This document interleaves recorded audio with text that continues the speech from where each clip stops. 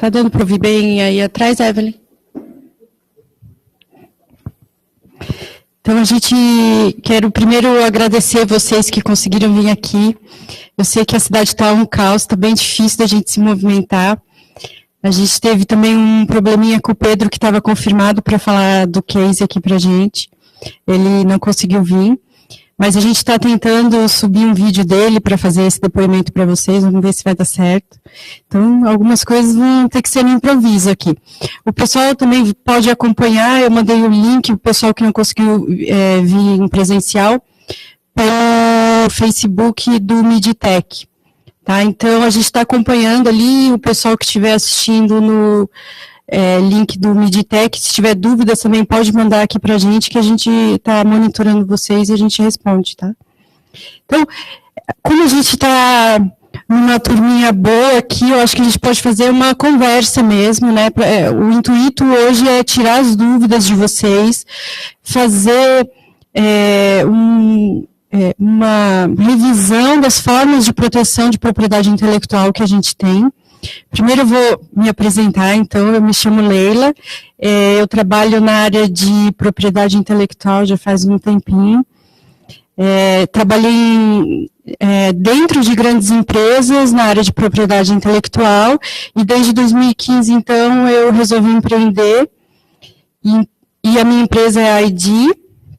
Esse evento a gente, então, está fazendo em parceria com a CAT, com o Midtech.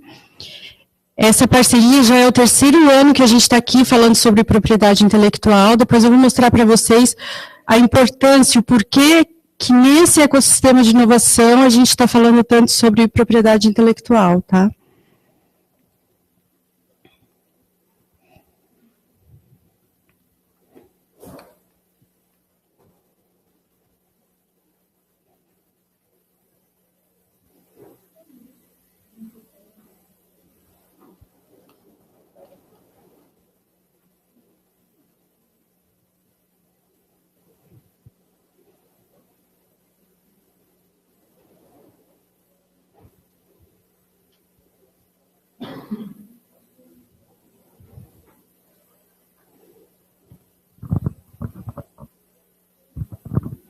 Então, os slides dessa apresentação, depois se vocês quiserem baixar esse material todo, já está disponível para vocês nesse link.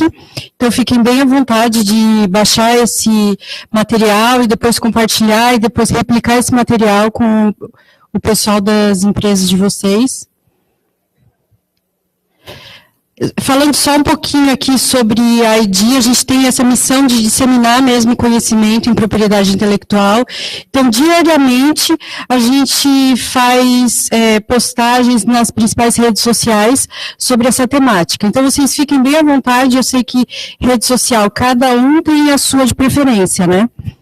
Então, vocês fiquem bem à vontade para seguir a que vocês preferirem.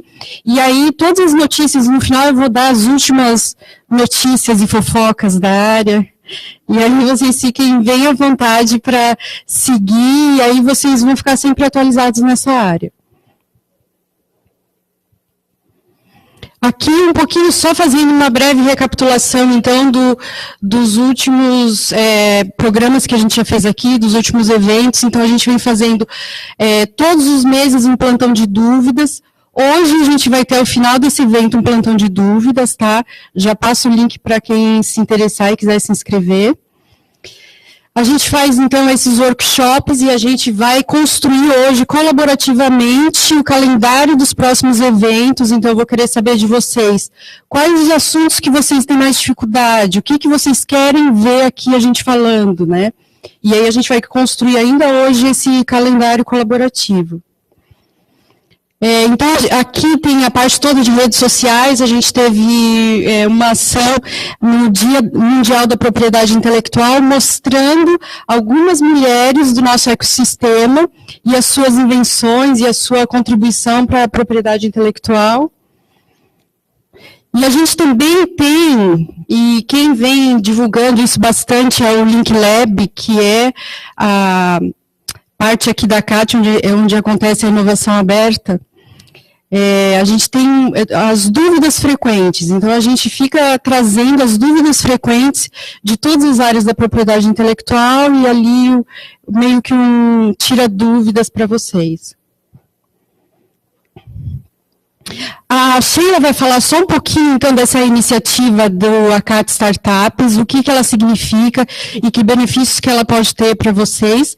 A Sheila, ela é aqui da ACAT, ela que coordena a parte toda do MID Tecnológico, que é a incubadora de empresas, e ela vai falar um pouquinho dessa iniciativa do ACAT Startups.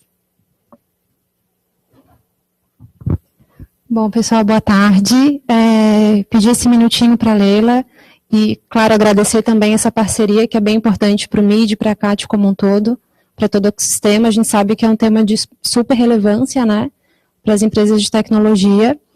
E só pedir um minutinho para falar um pouquinho do ACAT Startups para vocês, que é um programa da CAT focado mesmo em criar um ambiente de geração de conhecimento, de networking e conexão, né. Então, a gente está atuando bem forte esse ano com esse programa, e trazendo alguns serviços e benefícios.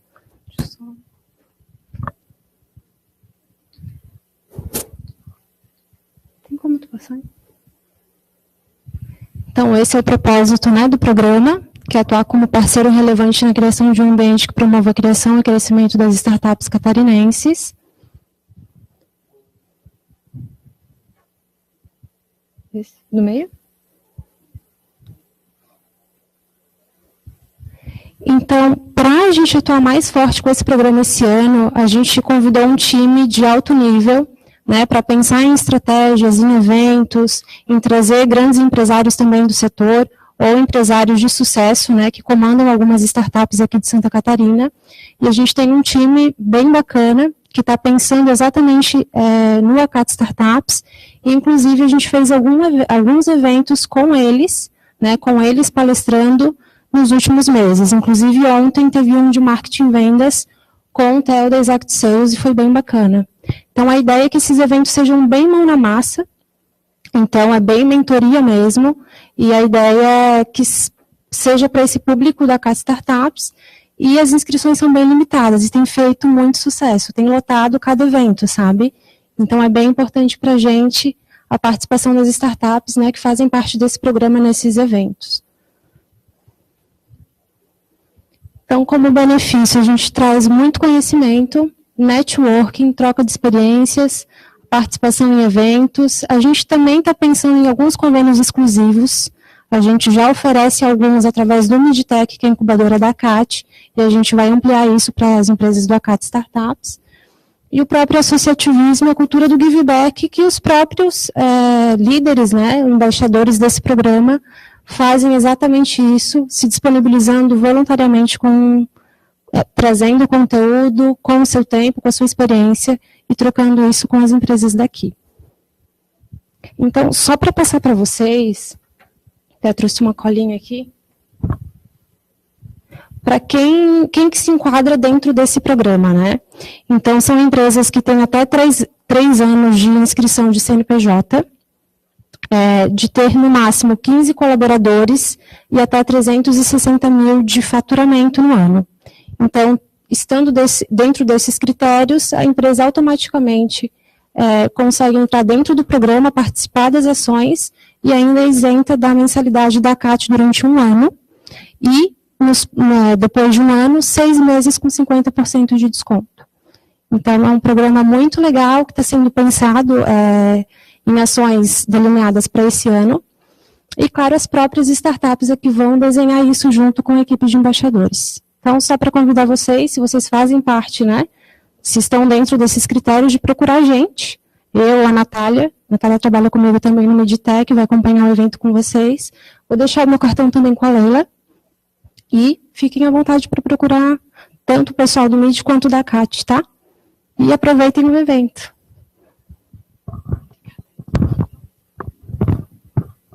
Obrigada, Sheila. Então, esse é um benefício bem legal, eu quis trazer aqui para vocês. Esse evento está acontecendo graças a essa iniciativa do ACAD Startups, tá bom? Então, a gente tem aqui quase diariamente eventos e informação para esse mundo de startups. A gente, então, vai ter, ao final desse evento, um plantão de dúvidas. Nesse plantão de dúvidas, a gente vai ter 3 profissionais especializados em propriedade intelectual para tirar dúvida de vocês, tá? Então, quem quiser já ir se inscrevendo, pode usar esse link aqui. A gente vai ter, então, tem 2 vagas comigo, 2 vagas com o Lúcio. O Lúcio, ele é especialista na área de patentes, então ele é redator de patentes, tá? E aí, eu tenho dúvidas se a minha tecnologia pode ser patenteada ou não. Quais os critérios para ter uma patente? Então, se vocês tiverem dúvidas de patente, a pessoa certa para vocês falarem é com o Lúcio. E a gente tem também a Gabriela já está aqui.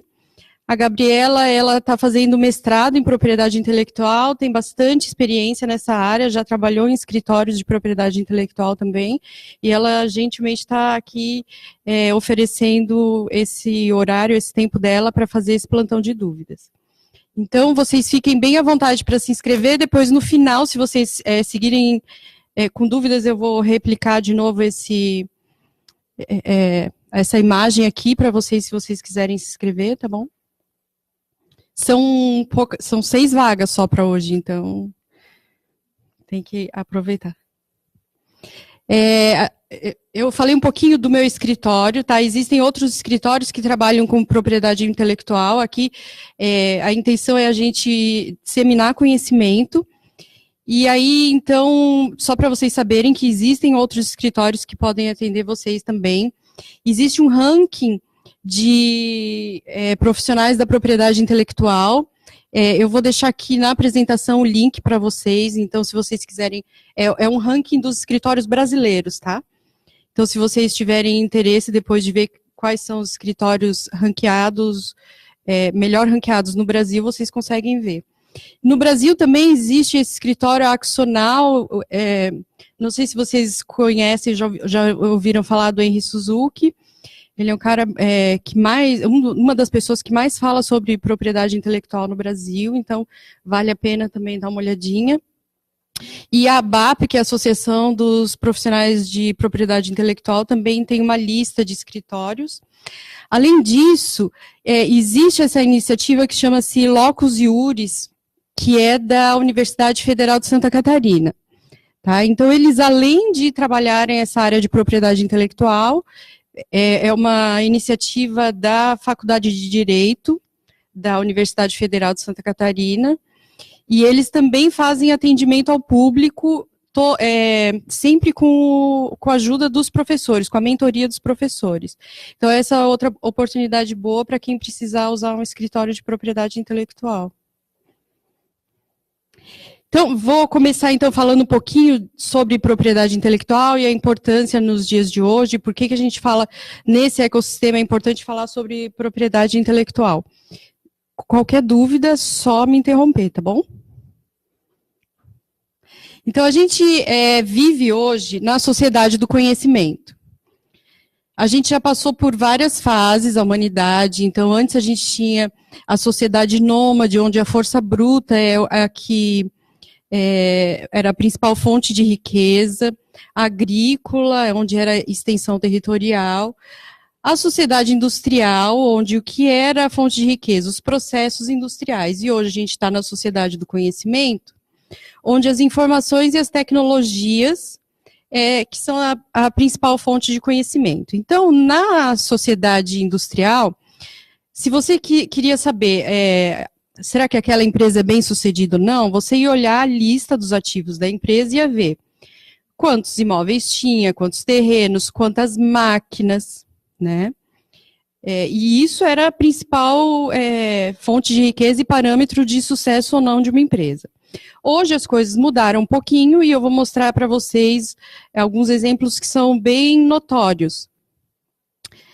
Então, por que a propriedade intelectual é importante? Porque ela gera esse direito de exclusividade temporário para o seu titular, E essa exclusividade se justifica como um benefício ou retribuição pelo investimento e esforço de criação. Porque a gente já passou da sociedade industrial, então como a gente vai fazer para ter posse do conhecimento? Para eu dizer que aquele conhecimento é meu, exclusivo meu. E é por isso que vem a propriedade intelectual tão forte agora na sociedade do conhecimento. Tá? Então, aqui são os 3 casos bem notórios que a gente tem, e eu trouxe aqui o recorte da propriedade intelectual para esses 3 cases. Então, a gente tem o Facebook, que é o maior veículo de mídia do mundo, e não cria conteúdo, mas ele tem. Então, isso aqui eu fiz essa semana, esse levantamento. Se a gente for fazer semana que vem, já vão ser outros números totalmente diferentes. Eu até comparei a da apresentação do ano passado para a desse ano, o número alavancou demais em um ano, assim. Então, vale para agora só, tá? Marcas registradas no mundo, 1.117 marcas, patentes depositadas no mundo, 7.357. Então, na sociedade do conhecimento, as empresas elas não possuem mais os ativos tangíveis, elas têm ativos intangíveis, né? E a propriedade intelectual é a ferramenta que a gente tem para se apropriar de ativos intangíveis. E é por isso a importância de propriedade intelectual. Tá? Então, o Uber, a maior companhia de transporte privado do mundo, tem 575 marcas registradas no mundo, patentes 806. O Airbnb, 292 marcas registradas e 20 patentes depositadas no mundo. Tá? Aí eu trouxe esse estudo para mostrar para vocês. É um estudo que ele foi divulgado em outubro de 2016. Ele foi feito na União Europeia. E ele traz o panorama da propriedade intelectual na economia da União Europeia. Então, que relevância tem propriedade intelectual para a economia da União Europeia? É basicamente isso, tá? Então, aqui ele traz que o período do estudo foi de 2011 a 2013. As indústrias intensivas em PI, isso quer dizer, as que têm muitos ativos de propriedade intelectual, elas geraram 42% do PIB da União Europeia. Tá? E depois ele estratifica ali em marcas, patentes, design e copyright. Tá? E essas indústrias intensivas em PI representam a maior parte do comércio da União Europeia. Tá? Então, é uma porcentagem muito elevada das importações e das exportações. Então, a gente vê que importa menos e exporta mais, tá? Gerando superávit comercial. E essas indústrias intensivas em PI geram 38% de todos os postos de trabalho da União Europeia. Tá? Então, é muito relevante, inclusive, para a geração de postos de trabalho. Além dessa relevância em número de postos de trabalho, o salário que essas empresas pagam é 46% maior do que dos outros tipos de indústria. E a gente já pode imaginar por quê, né? A gente está falando de tecnologia, a gente está falando de inovação, então a gente está falando de profissionais que têm uma capacitação diferente e, por isso, têm um salário diferente também. E esse aqui é um outro estudo. Esse estudo agora foi feito nos Estados Unidos. É um estudo muito legal porque ele quis saber, assim, a pergunta de pesquisa era assim, será que o sistema de patentes é bom mesmo para as startups? Será que a patente é benéfica ou não é benéfica para a startup especificamente? Tá? Então, ele usou como fonte de informação, como fonte de dados, a base interna de dados do escritório americano de patentes. Tá? Então, eles conseguiram acesso interno e não dados públicos. E aí eles conseguiram, então, uma amostra bem grande, quase 46 mil pedidos de patente, que foram protocolados, então, entre 2001 e 2014, só de startups. Então, eles conseguiram fazer esse filtro, e pegar essa grande quantidade de dados. E aí, bem um resuminho, tá? Depois tem o link ali para vocês, se vocês quiserem ver esse artigo completo. Então, quais foram as principais conclusões desse estudo? Que é específico sobre startups. Para uma startup, a taxa de emprego, depois da primeira patente aprovada, cresce em 36%. As vendas dessa startup, depois da primeira patente aprovada, crescem em 51%. A concessão de patentes subsequentes aumenta em 49%. A qualidade das patentes subsequentes aumenta em 27%. Essa questão da qualidade quer dizer,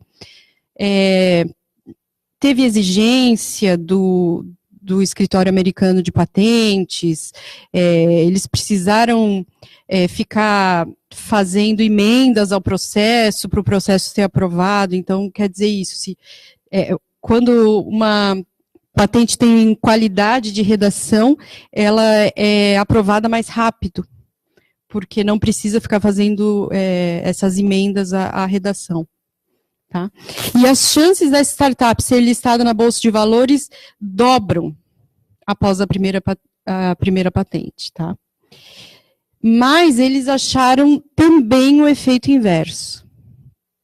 Então, se a gente visse só essa primeira parte, a gente ia achar, legal, patente é super legal para startup, né? Mas a gente viu que existe o outro lado também. Então, se essa primeira patente, sofreu um atraso na análise ou ela for reprovada, a taxa de emprego da startup cai 21%, as vendas caem 28%, a concessão de patentes subsequentes cai 14%, a qualidade das patentes subsequentes cai 7%, e para cada ano de atraso, a probabilidade dessa startup ser listada na bolsa cai pela metade. Tá? E o que a gente pode tirar disso? O sistema de patentes pode sim ser benéfico para startups, se houver qualidade nesse processo, qualidade tanto por parte da empresa, em fazer uma boa redação, fazer uma boa busca prévia, tá? E qualidade também do escritório de patentes, e a gente depois vai falar um pouquinho sobre isso. Porque se houver atraso na análise, e essa é uma questão bastante crítica, o sistema de patentes pode ter um efeito inverso do que a gente deseja sobre as startups, tá? Só para vocês terem uma ideia, hoje, o INPI, que é o Escritório de Patentes Brasileiro, chega a levar mais ou menos 10 anos para analisar uma patente. Imagina o impacto disso para uma startup, né? Mas a gente vai ver que tem saídas para isso, tá? E aguardem as novidades. Então, o sistema de patentes, ele torna mais fácil o acesso a capital de investidores externos, ele diminui essas divergências de informação entre potenciais investidores e as startups, diminui as preocupações sobre cópias não autorizadas, a gente vai falar bastante sobre isso hoje, tá? E alivia as preocupações dos investidores sobre, principalmente, o futuro monetário da startup.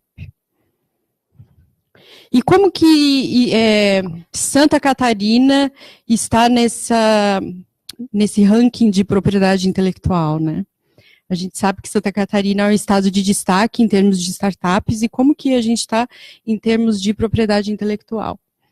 Então, existem várias reportagens já falando sobre o destaque de Santa Catarina quanto às startups. E aqui eu trouxe a estatística do INPI, de propriedade intelectual do ano passado inteiro, tá? Então, é de janeiro a dezembro de 2017.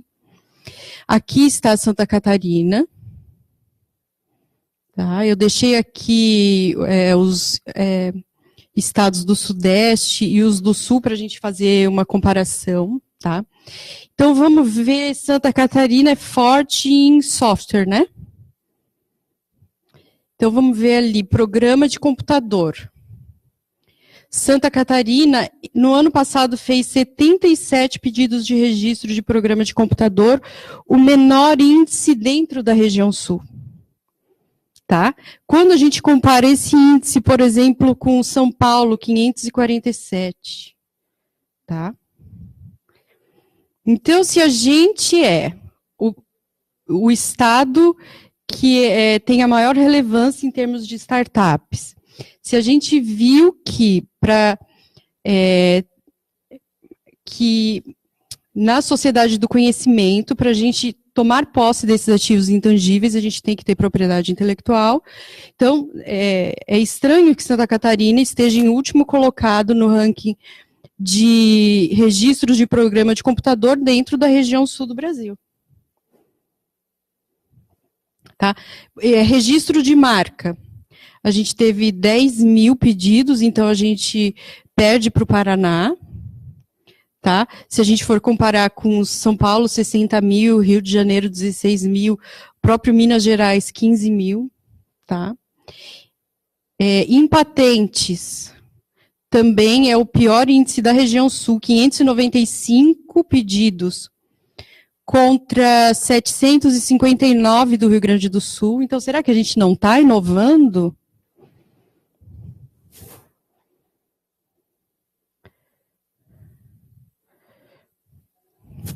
Essa dúvida, né? Será que Santa Catarina não está inovando? O que será que está acontecendo, né? Então, a gente fala bastante sobre cultura da proteção da propriedade intelectual, e é onde eu acredito que é a nossa grande falha, e por isso que a gente tem feito todo esse programa de disseminação de conhecimento aqui na CAT, tá? As empresas não se preocupam em proteger. Existe, sim, bastante inovação acontecendo aqui, mas as empresas não protegem a sua propriedade intelectual, tá? E aí, as razões são diversas, tá? Não sei aqui, de quem está aqui, quantos tiveram uma disciplina, pelo menos, de propriedade intelectual na universidade? Ninguém? Você? Uma?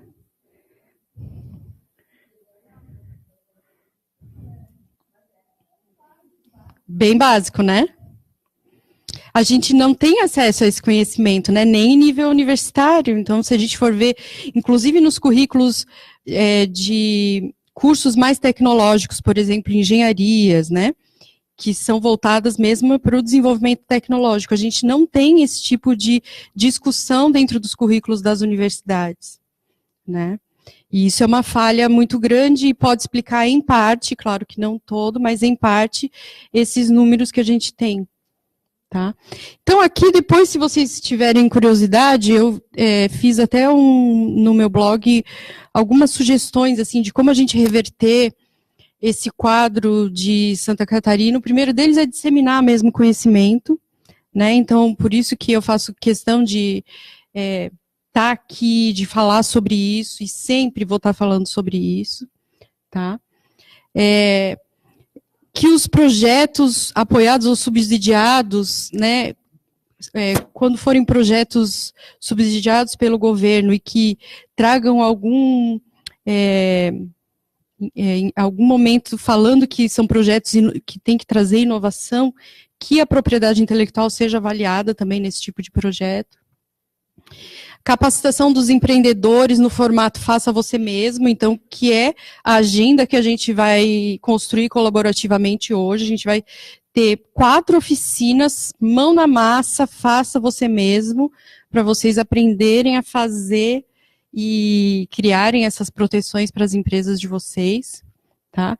E aí, introduzir esse assunto nas escolas, tá? Para que desde cedo a gente tenha pessoas mais preparadas para lidar com esse tipo de assunto.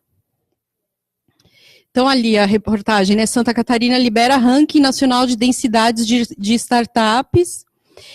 Dentro de Santa Catarina, a cidade de Florianópolis é a número 1 startups, tá? Em densidades de startups. E a gente sabe que startups são empresas tecnológicas, né? A gente espera que estejam produzindo inovação. Então, eu gosto bastante de falar sobre o ciclo virtuoso da inovação. Quando não existe nenhum tipo de ativo de propriedade intelectual naquela empresa, isso não quer dizer que a empresa não faz inovação, tá? Inovação não é igual à propriedade intelectual, tá? A gente pode ter produtos muito inovadores sem ter nenhuma marca registrada, nenhuma patente por trás. O que isso quer dizer? A gente tem o ciclo de inovação, que aí a gente não tem essa parte aqui. Ai, deixa eu passar na frente. Aí a gente não tem essa parte aqui, ó. Esse é o ciclo de inovação, tá? Então a gente vai ter o empreendedor, tem uma ideia inovadora, aí pula. Aí ele vai procurar uma aceleração ou a cooperação universidade-empresa. Ele entra no mercado. E aí ele vai ter um retorno do investimento. Esse é o ciclo de inovação. Tá? No ciclo virtuoso de inovação, quando a gente tem propriedade intelectual, então esse empreendedor ele vai ter uma noção de propriedade intelectual, ele vai ter a ideia, e ele vai fazer a proteção desse ativo intangível que ele criou. Então pode ser uma invenção, pode ser um código fonte do programa de computador, então ele vai... Depois a gente vai ver as várias modalidades que existem, uma por uma, tá? Ele vai fazer essa proteção. E aí ele vai procurar esse investimento, aceleração. A hora que ele for para o mercado, ele vai ter exclusividade. Tá? E isso quer dizer o quê? Que o retorno do investimento dele vai ser muito maior, porque ele teve exclusividade. Então, uma das modalidades de propriedade intelectual, por exemplo, patentes. São 20 anos de exclusividade de mercado. Aí você vira, né, para o empreendedor e fala assim, o que você faria se você ganhasse 20 anos de exclusividade no mercado? Aí o olhinho deles brilha, né? Mas essa é uma possibilidade real. Tá? E é por isso que vira um ciclo virtuoso, porque aqui na etapa de comercialização, você tem exclusividade, o seu retorno vai ser muito maior, então você vai conseguir investir em novos projetos com muito mais facilidade. Tranquilo? Aí eu trouxe aqui para vocês 2 cases. O primeiro deles é saiu esse ranking nacional das empresas, pequenas e microempresas que mais crescem no Brasil, tá? 100 pequenas e médias empresas que registraram altas taxas de expansão entre 2014 e 2016. A número 1 é a Cata Company, que é uma empresa aqui do nosso ecossistema de inovação, tá? Então, qual será o segredo do sucesso deles? Deve ter vários. Eu trago aqui o recorte deles de propriedade intelectual, tá? Então, a Cata Company ou Cata Moeda tem 8 registros de marca, 2 deles já concedidos, 5 patentes depositadas no Brasil, 1 registro de programa de computador. E aí, essa aqui é uma busca em base de dados de patentes internacional. 2 patentes, uma WO, que é um mecanismo que chama-se PCT, que é um acordo multilateral para levar as patentes de um país para outros países, tá? E uma já depositada nos Estados Unidos. Tá? Então, a gente começa a ver cases de empresas, de startups que começaram aqui, nesse lugar, despontando e investindo pesado em propriedade intelectual. Tá? A gente tem também o case da EP Health, que é do Pedro.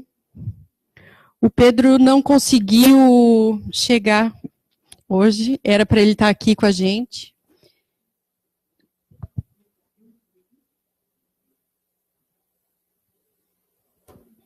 Vamos ver só se o Pedro conseguiu, ele gravou um vídeo e ele estava tentando mandar aqui para a gente, para vocês ouvirem na voz dele, né, a experiência dele em propriedade intelectual.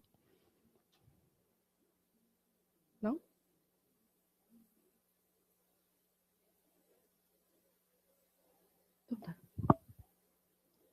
Bom, não deu certo, tá? Vou ficar devendo para vocês, depois eu mando um link com esse vídeo do Pedro para vocês.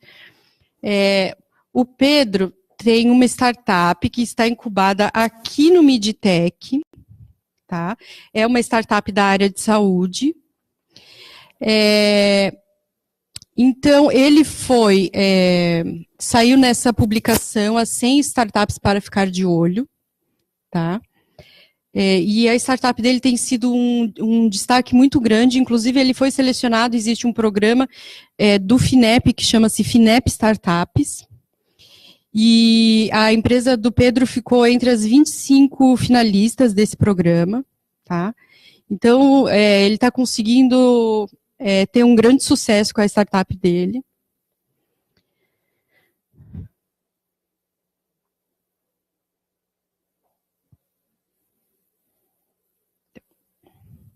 Aí, o Pedro tem 8 registros de marca, a empresa, né, dele, 8 registros de marca e 1 registro de programa de computador. E aí eu conversei bastante com o Pedro e era a fala que eu queria que ele trouxesse aqui para vocês. Eu vou fazer um resuminho e depois eu mando o vídeo dele falando em primeira pessoa, tá? Que eu queria que um empreendedor falasse para vocês das dificuldades e das facilidades de se trabalhar com propriedade intelectual aqui no Brasil, tá?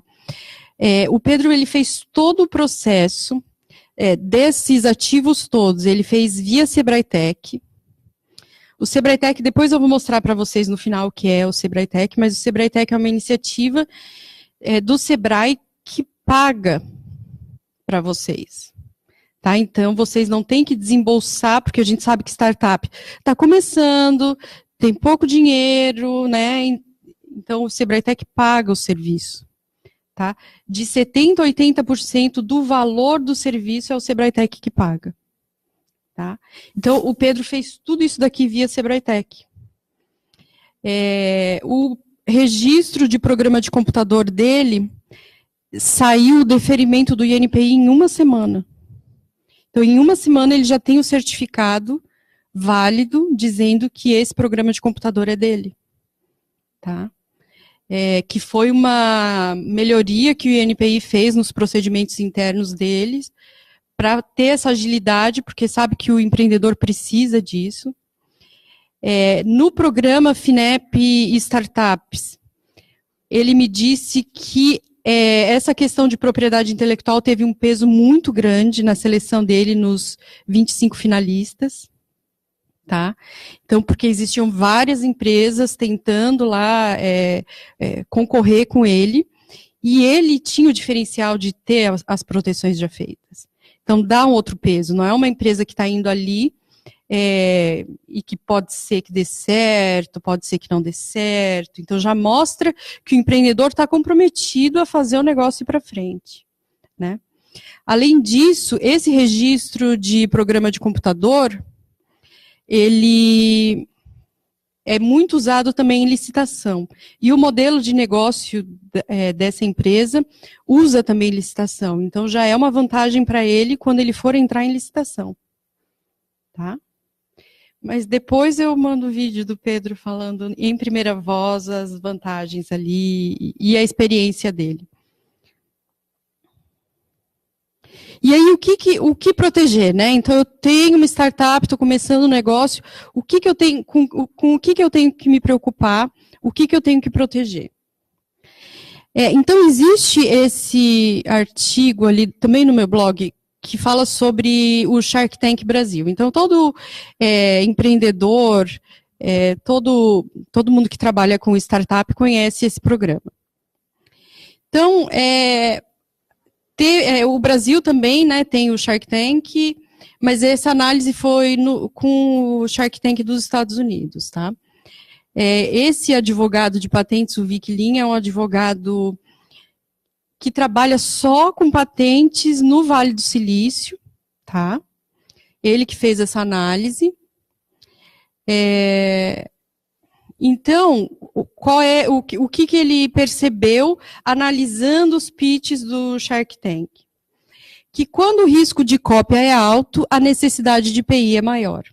E aí ele traz vários cases ali mostrando como que foi o pitch durante o programa e que quando os tubarões, né, eles percebem que existe um risco alto de cópia, eles querem saber de propriedade intelectual.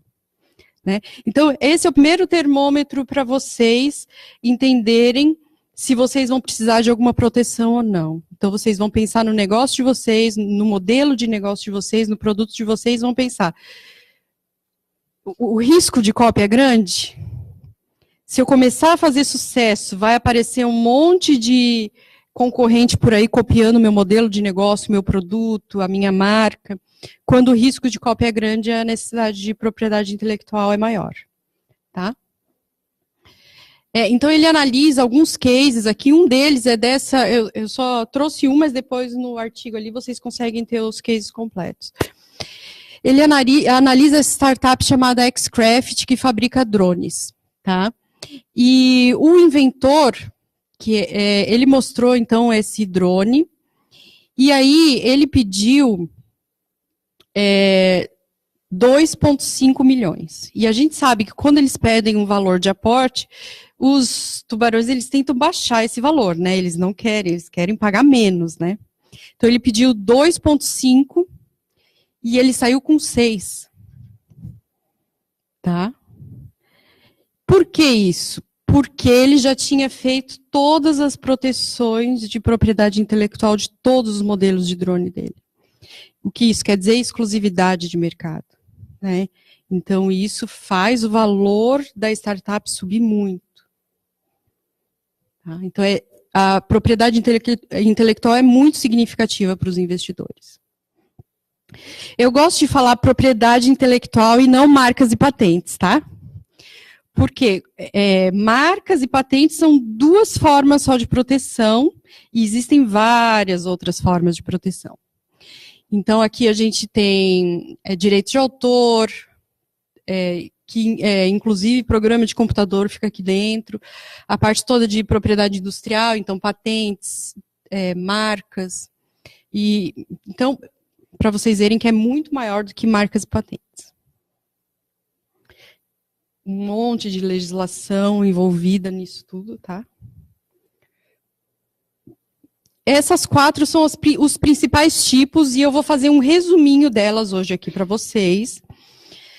Bem pincelado. Se vocês quiserem ter depois, eu deixei um mini manualzinho ali com o resuminho de cada uma desses tipos de proteção. Tem dúvidas, a gente vai ter o plantão de dúvidas no final. O pessoal da Locus Juris chegou aqui. Então, eu já falei de vocês ali no começo. Claro, claro. Acho que vem aqui na frente.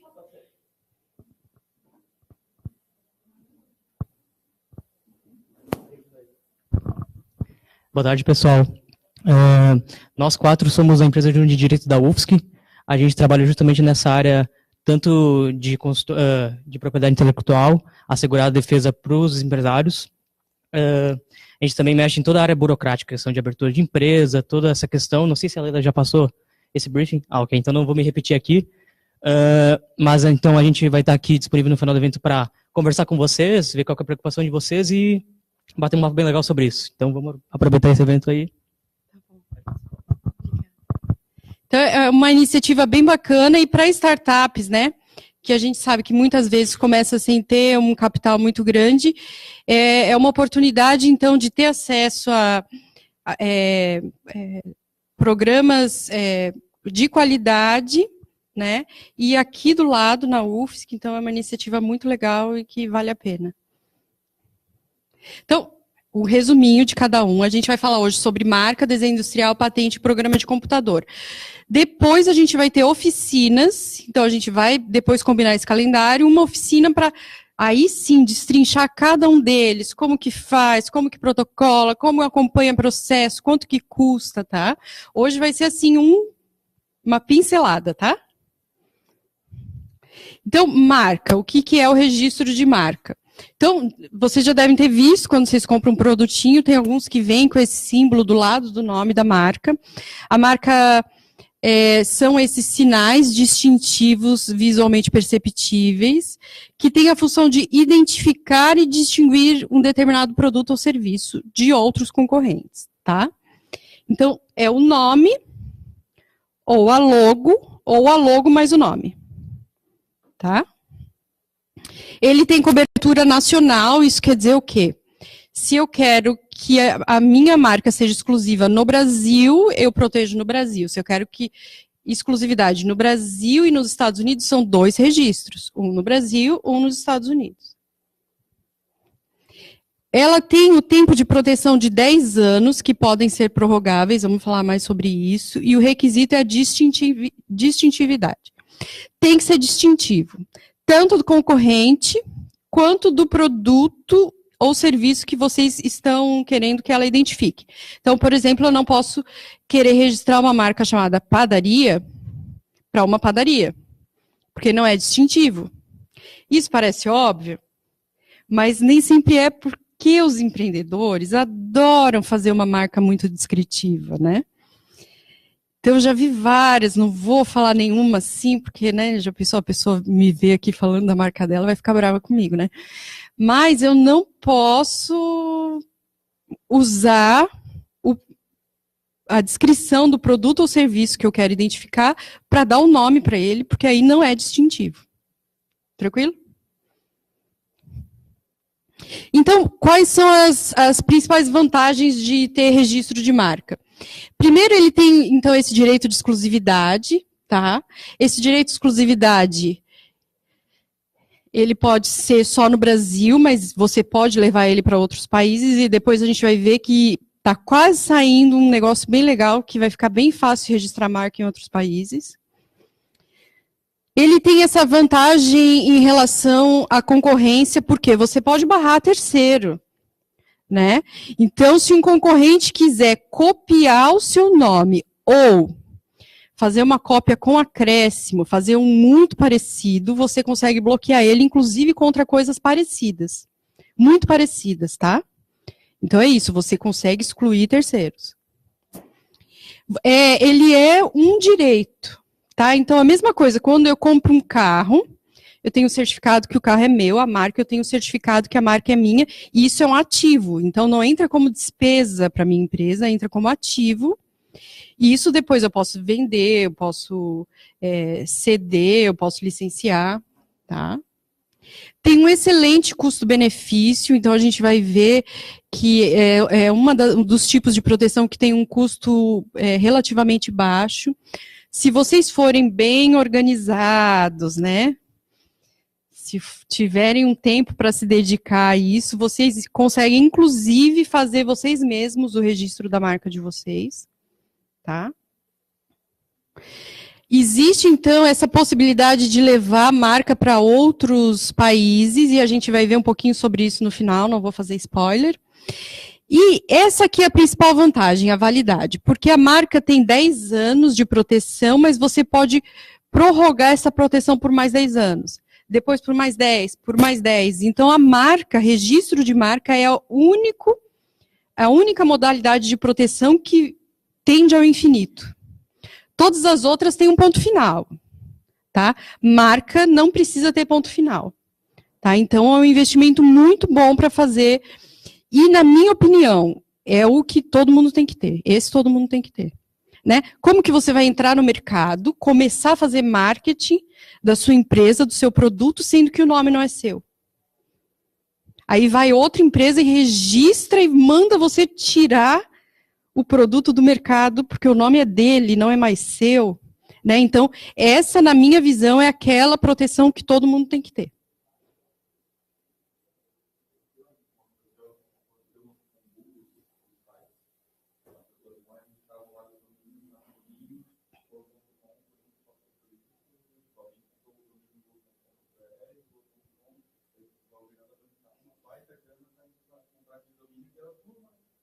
Vou mostrar um exemplo bem sobre isso, tá?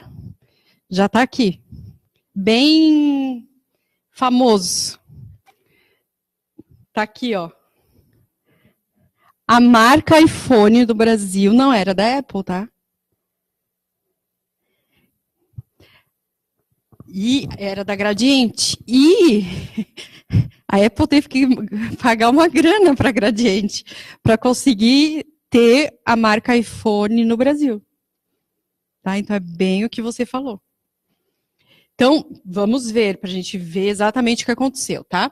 Então, tá aqui, ó, o registro de uma marca G Gradiente iPhone, dessa empresa, que é a Gradiente, na classe 9. A classe 9 é a classe que fala sobre aparelhos celulares, tá? Então, esse registro foi feito em 29/3/2000. Aí a gente vem aqui, classe 9 da Apple, ó. Quando eles pediram? 27/3/2006, 6 anos depois. Eles perderam, porque registro de marca funciona como uma fila. Protocolou primeiro, ganhou. Tá? Então, eles pediram a marca iPhone na classe 9 em 2006, ficou sobrestado justamente porque já existia essa marca, eles foram na justiça. Dos bastidores, aqui na fase da fofoca aqui, o que aconteceu? Existe uma entrelinha lá, um asterisco da lei, não sei o que diz que assim, que você tem que, em 5 anos, em até 5 anos depois de você ter registrado a marca, você tem que comprovar que você fez uso dessa marca, senão outra empresa pode ir lá e pedir para o INPI cancelar o seu registro. Tá? E foi isso que a Apple tentou fazer, só que ainda estava dentro dos 5 anos. A Gradiente foi lá, fabricou um celular com o nome iPhone, botou no mercado, vendeu, pronto, é deles. Tá? Então, foi isso que aconteceu, aí rolou dinheiro de montão, Gradiente provavelmente nunca mais vai ter que trabalhar na vida, e era isso. Tá? Outra aqui que a gente já viu bastante, alguém já viu esse meme, O Que Queremos? Então, a criadora desse meme registrou como marca O Que Queremos, tá? Então, ela registrou na 35, que é uma área bem de marketing, de propaganda. Depois aqui tem o depoimento, a entrevista dela falando por que ela registrou, né? Então, ela criou esse meme O Que Queremos, e aí ela queria de alguma forma lucrar com isso. Então, quando empresas usam o meme O Que Queremos para anunciar os seus produtos, ela vai lá e notifica e pede royalties sobre aquela propaganda, né? Então, ela não vai acionar pessoas físicas, porque eu acho que aí fica um pouco incontrolável no Brasil, o país dos memes, né? Mas ela está bem de olho em empresas que façam uso dessa marca registrada dela, que é o meme O Que Queremos. Tá? Sobre desenho industrial.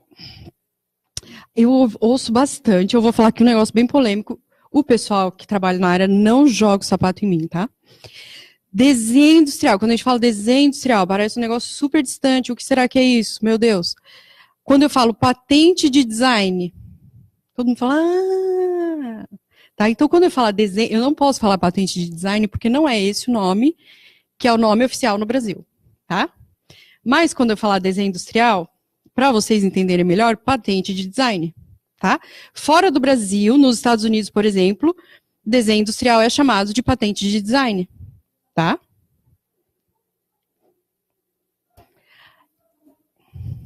Acho que saiu ali. Então, o que ele é?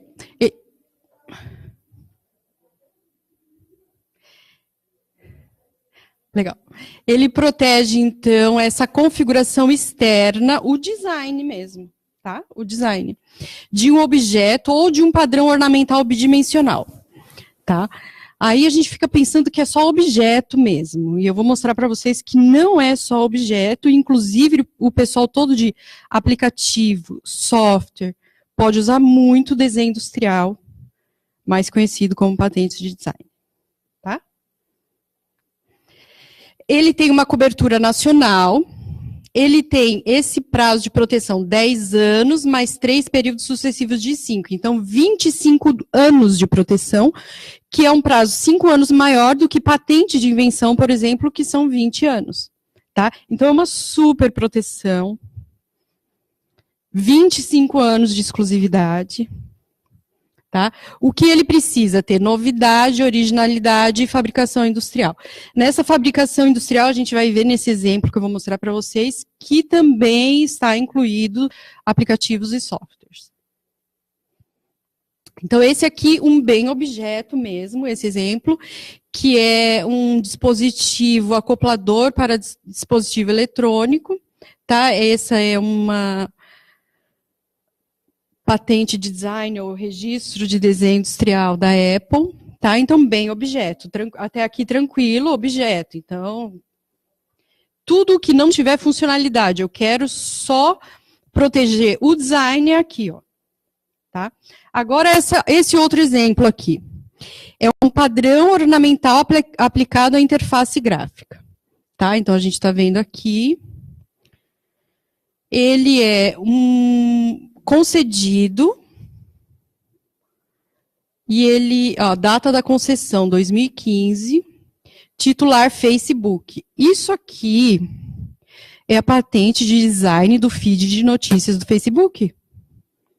Então, se vocês forem fazer um site copiando o design do feed de notícias do Facebook, vocês vão ser notificados pelo Facebook, porque isso é exclusivo deles, por 25 anos, a partir de 28/7/2015. Tá? E isso se aplica muito. Hoje em dia tem vários aplicativos e vários sites, softwares, que o grande diferencial é o design. É a forma como a informação está sendo apresentada. Tá?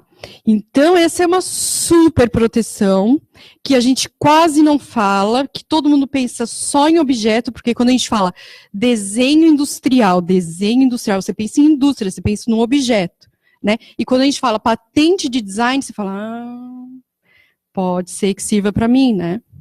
Então, essa é uma super proteção. Esse assunto a gente ainda não trouxe aqui na CAT, então esse ano a gente vai trazer a primeira turma falando sobre isso, sobre patente de design, tá? Não percam.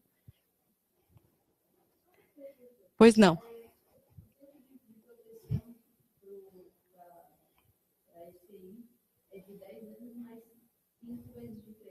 Três de 5. 25. Por 25 anos, o Facebook tem exclusividade do design do feed de notícia deles. Depois está domínio público.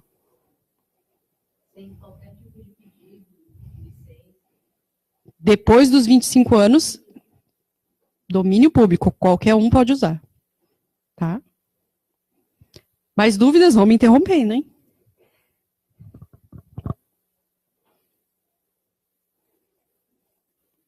O programa de computador, tá? A gente está aqui bem num ecossistema que fala bastante sobre software, aplicativos, bastante programa de computador, tá? Então, ele é um conjunto de instruções que descrevem uma tarefa a ser realizada por um computador. Geralmente é o código-fonte, tá? Ele tem uma cobertura internacional. Um registro você está coberto no mundo inteiro. Tá? Então, ele tem essa grande vantagem. Outra grande vantagem, 50 anos de proteção. Tá? Então, com um registro, você tem exclusividade no mundo inteiro por 50 anos. Tá? O único requisito é que seja original. Tá, esse direito de autor, como que ele funciona? Ele funciona da mesma forma que o direito de autor. Então, quando eu vou escrever um livro, eu também faço um registro, vale para o mundo inteiro por 50 anos. Tá? Então, é bem parecido com o direito de autor. E ele só protege exatamente as linhas de programação que eu estou escrevendo ali. Mudou uma letra, eu já não estou protegido. A mesma funcionalidade, a mesma coisa que está fazendo aquele ali, mas numa linguagem de programação diferente, já não estou protegido. tá? Mudei 2 linhas, já não estou mais protegido.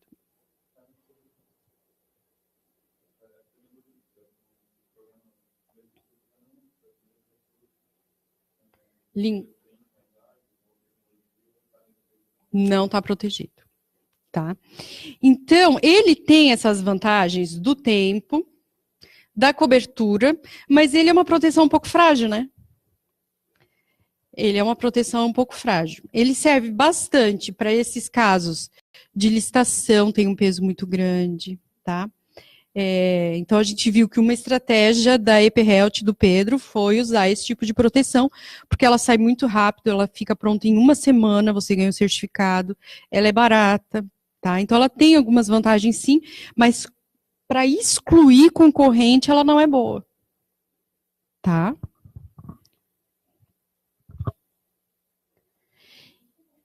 Pois não.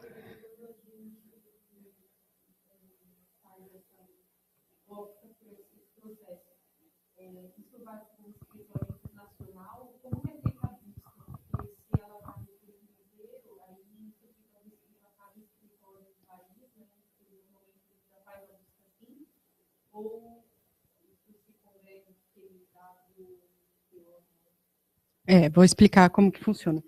Registro de programa de computador, ele não sofre análise. Então, ele só é protocolado. E aí, antes o INPI ainda recebia o código-fonte, hoje ele não recebe mais o código-fonte. Você manda um hash, como que é o nome desse negócio? Um arquivo hash lá para o INPI. E você que guarda o seu código-fonte. E ele serve para litígio. Então, se você falar, aquele cara copiou meu código-fonte, você vai usar esse certificado para conseguir comprovar que você é que programou aquela linha de programação, criou aquele programa de computador. Mas não existe uma busca, não existe um banco de dados de programa de computador igual a gente tem de patente, de marcas, isso não existe. Porque ele não tem uma análise de fundo. Então, ele é só protocolar, é um registro protocolar só.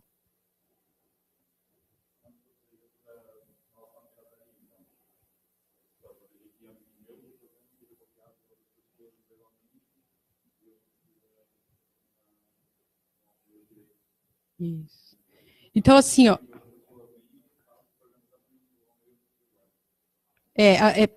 As empresas que são muito grandes e que têm muita rotatividade de programador, elas usam bastante isso, porque será que o meu programador vai pedir demissão e vai copiar o meu código-fonte e levar com ele? Pronto, você já está protegido aqui, tá? Mas não me impede que o meu concorrente olhe o meu programa rodando e escreva um próprio código-fonte com a mesma funcionalidade. Essa proteção ele não tem, tá?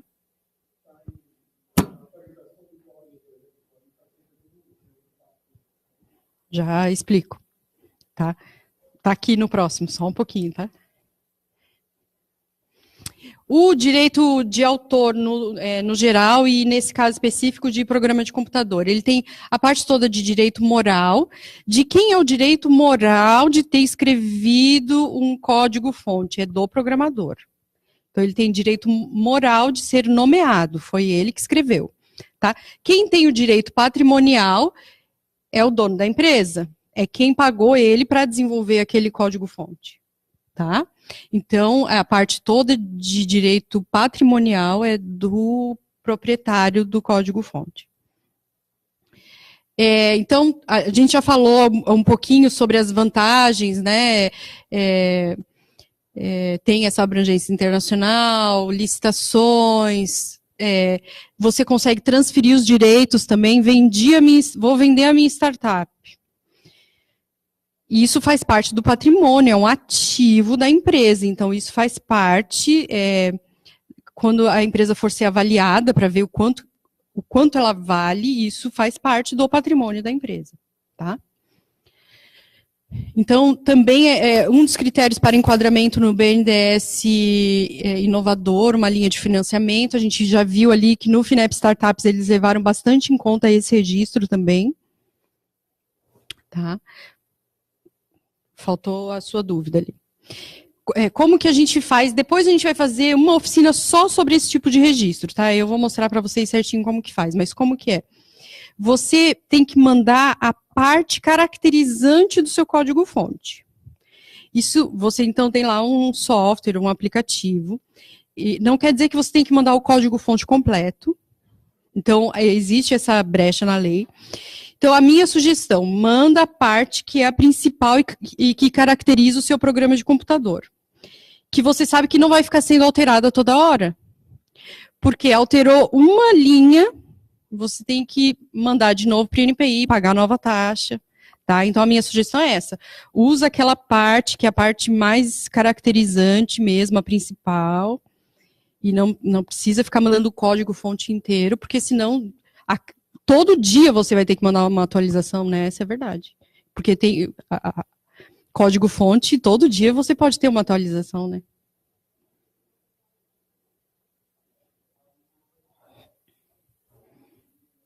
E aí, patentes, então, que é a proteção que protege a funcionalidade.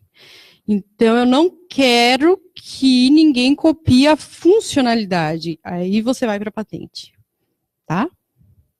Então, é o título de propriedade também, o direito de exclusividade de exploração de uma invenção. Ela é territorial, então, igual marcas. Se eu quero exclusividade Brasil, eu protejo Brasil. Exclusividade Brasil e Canadá são duas patentes, uma no Brasil, uma no Canadá. Tá? 20 anos de proteção, isso aqui eu estou falando bem em linhas gerais, existem uns outros casos.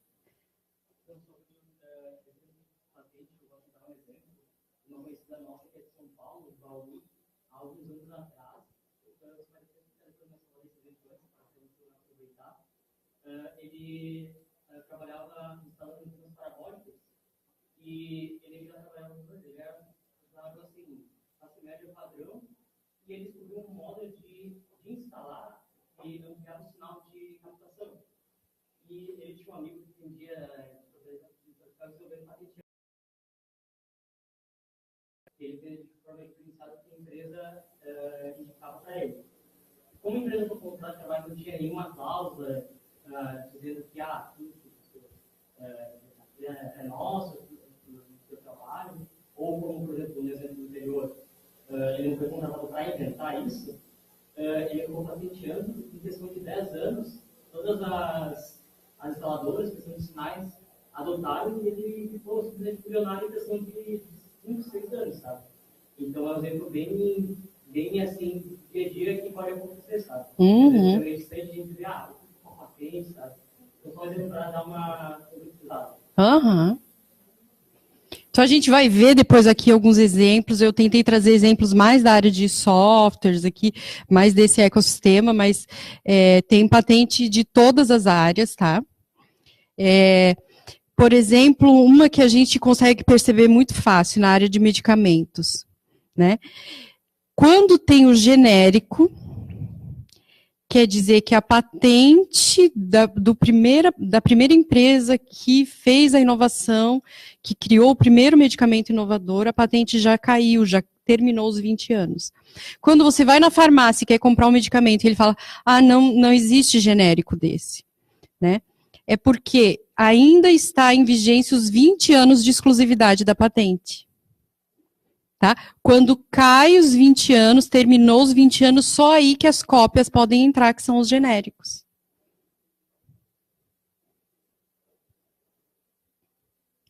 Então, existem 3 requisitos para patente. A gente vai fazer depois uma oficina só de patentes de softwares e aplicativos, tá? Então, eu vou passar bem em linhas gerais aqui. Se tiver alguma dúvida, vai me falando. Então, os 3 requisitos para ter patente. Novidade, atividade inventiva, aplicação industrial. O que é a novidade? A patente, ela é territorial, mas para você ganhar esse direito, esse privilégio de ter exclusividade por 20 anos, você tem que provar que você é o primeiro no mundo. Então, mesmo a patente sendo territorial, você tem que ser o primeiro no mundo inteiro. tá? Então aí começa, né, o pessoal, mas eu vi um negócio lá na China, eu posso patentear no Brasil? Responde vocês. Sim ou não? Olha só, vou perguntar de novo, ó. Atenção, a pegadinha. Eu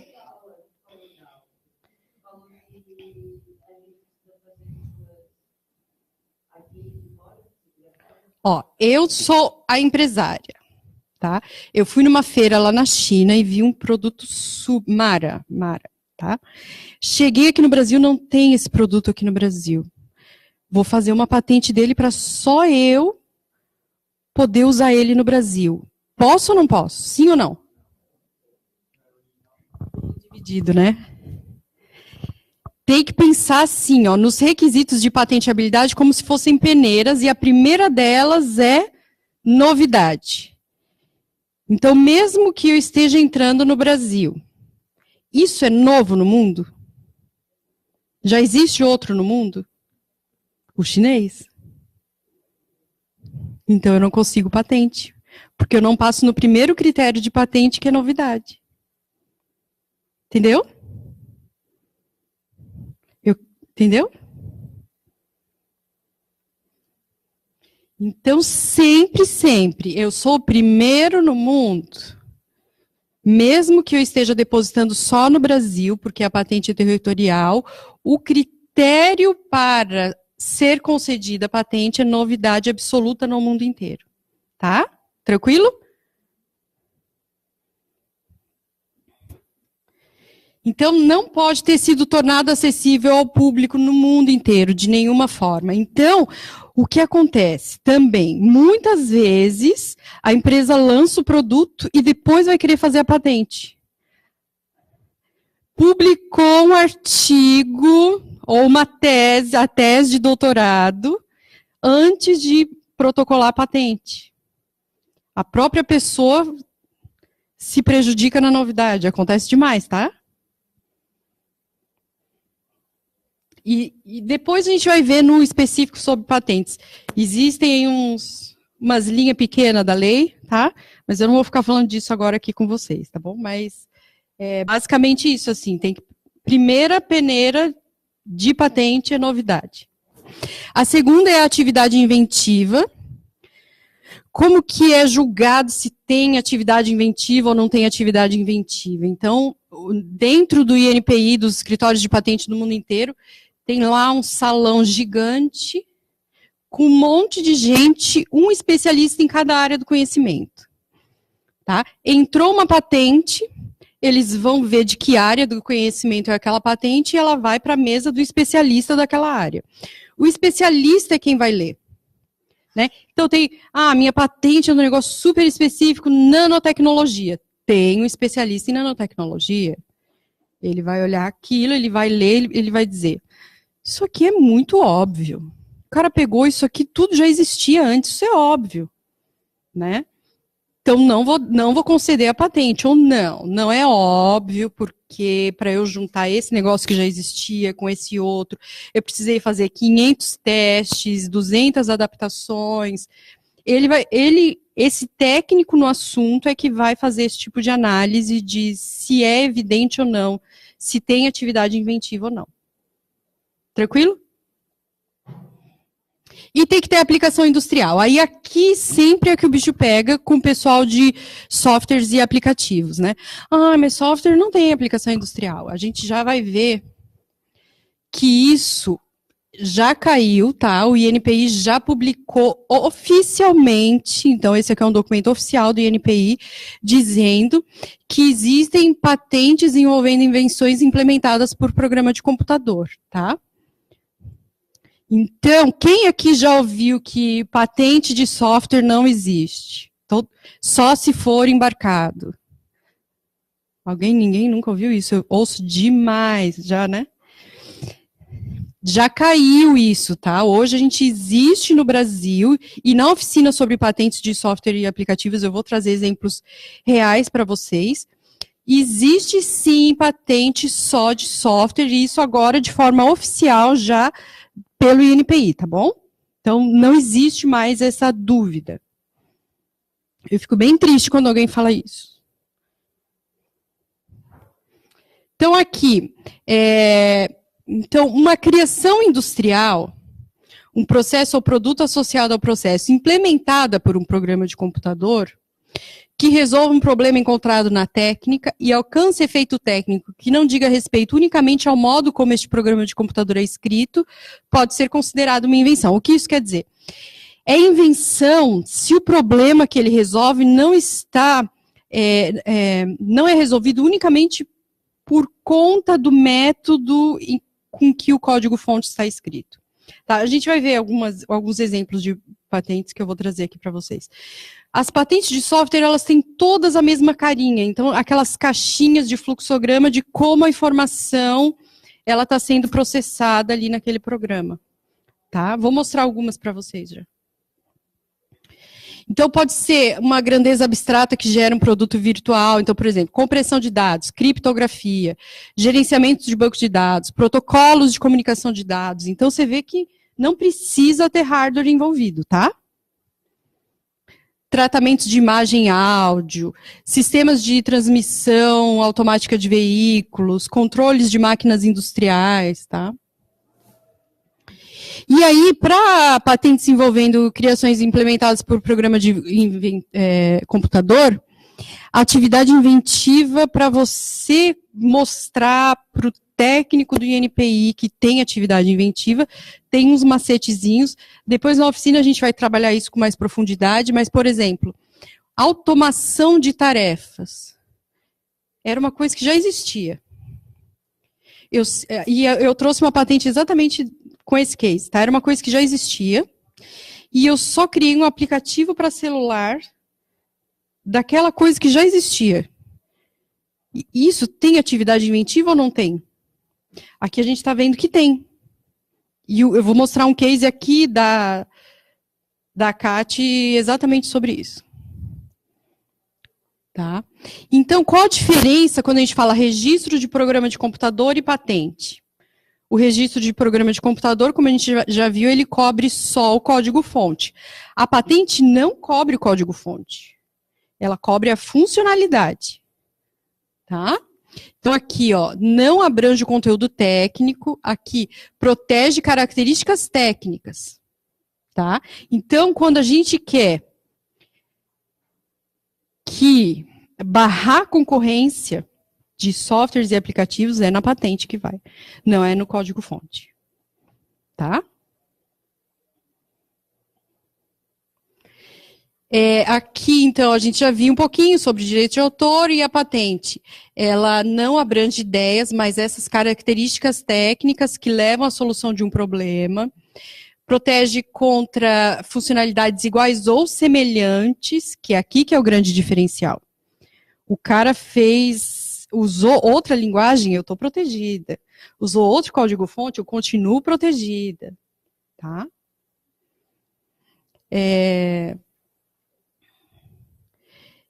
O depósito, então, é obrigatório para você ter a proteção, a validade nacional, a gente já tinha falado sobre isso, tá? Então, olha lá, eu tenho essa ideia, aí eu crio esse fluxograma de como a informação vai funcionar e vai rodar dentro desse meu aplicativo. Isso é a patente. Tá? Quando eu transformo isso daqui em código-fonte, em algoritmo, é o registro de programa de computador. Então, são duas coisas diferentes, protegem coisas diferentes, complementares, até se a gente quiser falar. Tá? Aí vamos para os cases nessa área de patentes.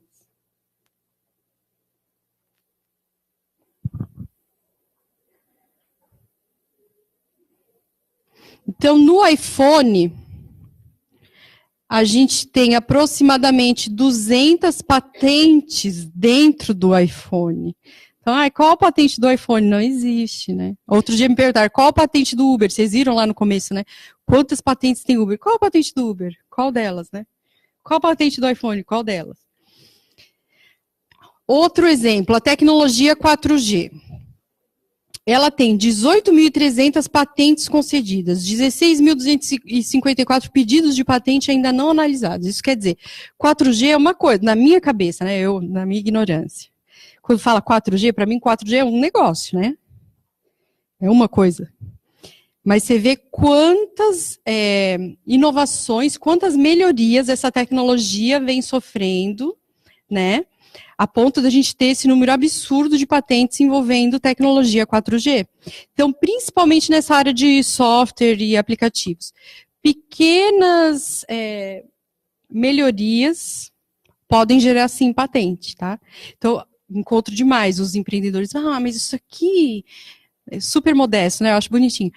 Mas isso aqui eu acho que não dá patente, porque é uma pequena melhoria que eu fiz. Dá, olha ali o 4G, ó. Dá sim.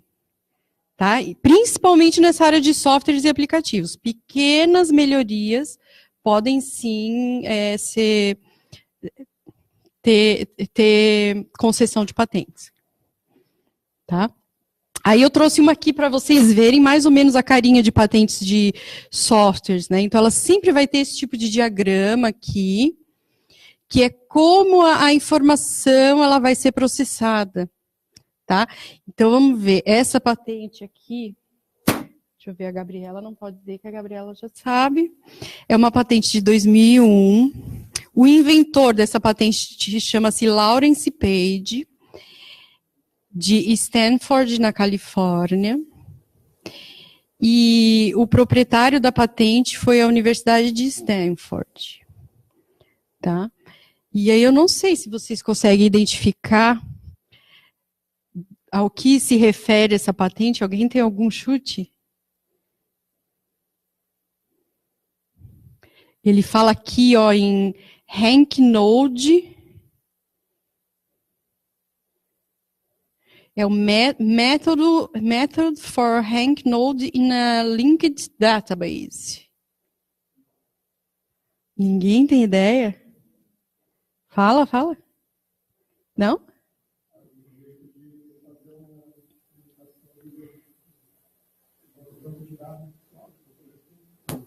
É a primeira patente do buscador do Google. Tá? É a primeira patente do buscador do Google, quando o Lawrence Page ainda estava na universidade. Por isso que saiu em nome da universidade essa patente. Tá? Então, o buscador do Google, olha lá como que faz. A patente tem isso também, né? Ela dá a receita do bolo, como faz a coisa, tá? Então, quer saber como que é o Google por trás? Vai na patente. Tá? Vou trazer outra aqui para vocês verem. Essa aqui, isso aqui não é a patente inteira, tá? Isso aqui eu fiz só um recorte aqui da principal imagem e da folha de rosto, tá? Aí essa daqui eu trouxe um recorte da imagem e da reivindicação. O que é a reivindicação? Depois que a gente for fazer a oficina de patente, vocês vão entender a patente em profundidade. Mas existem várias partes da patente. A reivindicação é exatamente, ele está dizendo o que ele está dizendo que é novo e que ele quer exclusividade, tá? Então, a redação pode ter 50 mil páginas, não interessa, porque o que ele está dizendo que é exclusivo dele está na reivindicação, tá? Então, aqui eu trouxe para vocês o recorte dessa imagem e da reivindicação. Então, aqui a imagem, todas as patentes de software vão ter esse tipo de diagrama, e é um método para mostrarem um feed de notícias numa um ambiente de rede social, esse método compreendendo um monte de coisa. Tá? Algum chute do que a gente está falando aqui? Nenhum chute? É uma das patentes do Facebook, tá? Aí, para a gente não ficar tanto só nessas grandes empresas, eu trouxe uns cases mais de casa, assim, para vocês verem que bacana, tá? Então, essa empresa CT Sistemas foi incubada aqui do MID Tecnológico, tá? Participou, então, de Inovativa, participou de um monte de programas. E eles criaram um aplicativo, tá? Essa escala Ringman, ela já existia desde 1888, para medir poluição do ar. É um método colorimétrico de medir fumaça escura, tá? Poluição. Isso já existia. O que ele fez? Em 2016, ele criou o aplicativo, então isso era feito num papel, numa escala de cor, e ele usava essa, como se fosse uma régua de medição para determinar a poluição do ar. Aí, então, era um papel. E aí ele transferiu para o aplicativo, e criou um aplicativo que faz essa mesma leitura e já faz a correlação com essa escala Ringman. Será que isso dá patente? Será que isso tem novidade, atividade inventiva, né? A gente viu que ele automatizou uma tarefa, então é uma novidade, né? Tem atividade inventiva para aplicativos, automação de tarefas, né? Então ele fez o protocolo da patente, tá? Aquele diagrama que a gente já tinha falado, que todas as patentes de aplicativos e softwares vão ter. Essa patente dele ainda está tramitando, não foi concedida ainda, tá? Essa aqui é outra, que é da Catamoeda. Tá? Essa aqui já envolve hardware. Então, aqui é uma patente, essa daqui é aquele depositor internacional, AWO, tá? Então, tá aqui o desenho do que ele quer, e é um sistema de detecção de adulteração de cofres, tá? Então, ele detecta se o cofre tentar ser arrombado, então é um sistema de detecção de adulteração de cofres, tá? Então, de empresas aqui, nossas, do nosso ecossistema, então é super viável fazer patente, não é só para o Facebook, para a Apple e para o Google, tá? Aí a gente tem algumas novidades. Então, a parte ali dos tipos de proteção, eu estou encerrando aqui. Aí eu queria que vocês vissem se tem alguma dúvida específica sobre alguma desses tipos de proteção. Se for uma dúvida muito específica do negócio de vocês, e aí não quiser falar aqui, aí a gente pode falar em privado. O plantão de dúvidas vai ser o especialista só com uma pessoa, tá? Então vai ser uma conversa privada e vocês ficam mais à vontade para tirar as dúvidas mais pessoais, assim. Tranquilo? Pode seguir aqui, então. Então, tem algumas novidades bem importantes, tá? A primeira delas é aquele que eu falei, já comentei por cima com vocês, que é as novas regras para registro de programa de computador, tá? Então, demorava até 3 anos para a gente ter aquele registro de código-fonte, que é um registro protocolar, que nem tem análise de fundo, e chegava a demorar 3 anos, tá? Então, houve, então, um esforço grande do INPI. Eu já fiz pessoalmente, tá? E sai em 1 semana. Tá? Então, sai mesmo, eles prometeram e sai mesmo em 1 semana. Então, é um negócio bacana, tá? Então, foi desde o ano passado, ali, de 2017, que está funcionando, tá? Então, eles diziam 100 dias, mas eu sei, porque eu já tinha feito, chegava a demorar até 3 anos, tá? E eles prometeram 7 e eles estão cumprindo 7, tá? Esse aqui que é bem legal, que é a adesão possível, né? Eminente adesão do Brasil ao Protocolo de Madrid. Vou explicar bem certinho o que é isso. Existem alguns acordos multilaterais no mundo para trabalhar a propriedade intelectual, tá? Então, a gente já viu que o de patentes chama-se PCT, né? E o de marcas chama-se Protocolo de Madrid. O Brasil não faz parte desse acordo de marcas que chama-se Protocolo de Madrid. Hoje, não faz parte, tá? E o que isso quer dizer? Que toda vez que eu quiser registrar a minha marca fora do Brasil, eu vou ter que contratar um escritório em cada um dos países que eu quiser entrar, ter um procurador em cada um desses países. Então, é um processo super burocrático, muito caro, tá? Porque o Brasil não faz parte desse Protocolo de Madrid. Esse ano, quem segue ali as redes sociais da minha empresa já deve estar bem antenado nisso. esse ano inteiro o INPI está trazendo notícias sobre possível adesão ao Protocolo de Madrid. Então, a sensação é que está cada vez mais perto.